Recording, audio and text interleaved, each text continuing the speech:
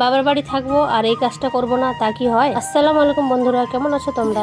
আমরা এখন বেড়ু বেড়ু করব, ঘুরতে যাব। দেখো দেখো, এখন বিকেল টাইম আর আমি ছেলেকে নিয়ে বেরিয়ে পড়লাম। বাবার বাড়িতে আসলে আর এই কাজটা না করলে মনে শান্তি মেলে না। আর আমরা এখন যাচ্ছি আমাদের ইমোশন, ভালো লাগা বাসল রাস্তাতে। আর সাথে আছে আমার পেটের বান্ধবী রুমি আর তার টকঝাল মিষ্টি বোন সানিয়া। রায়ান যখন হয়নি তার আগে থেকেই আমি আর রুমি এই রাস্তাতে প্রতিদিন হাঁটতে আসতাম। অনেকে ভাবতো আমরা ক্যালোরি বার্ন করছি, কিন্তু আমরা তো মন ভালো করতে, গল্প করতে আর গসিপ করতে আসতাম। আমাদের সাথে আছে আর একটা কিউট মাম্মাম জিনিয়া।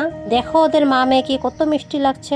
বাসল রাস্তা এখন খুব খারাপ হয়ে গেছে, গাড়ি গেলেই মুখ ধুলোয় ভর্তি হয়ে যায়। আমি সরকারের কাছে দৃষ্টি আকর্ষণ করছি এই রাস্তাটা যেন দ্রুত ঠিক করে। আমরা মন তৃপ্তি করে হাঁটতে পারছি না, তাই বেশি দূর গেলাম না, একটা ভালো জায়গা দেখে বসে পড়লাম।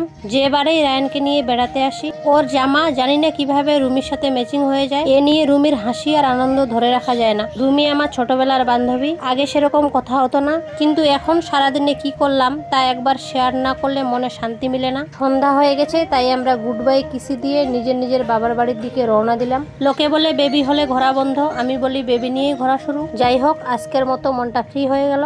তোমরা লাস্ট কবে বান্ধবীর সাথে ঘুরু ঘুরু করেছো কমেন্টে জানাবে।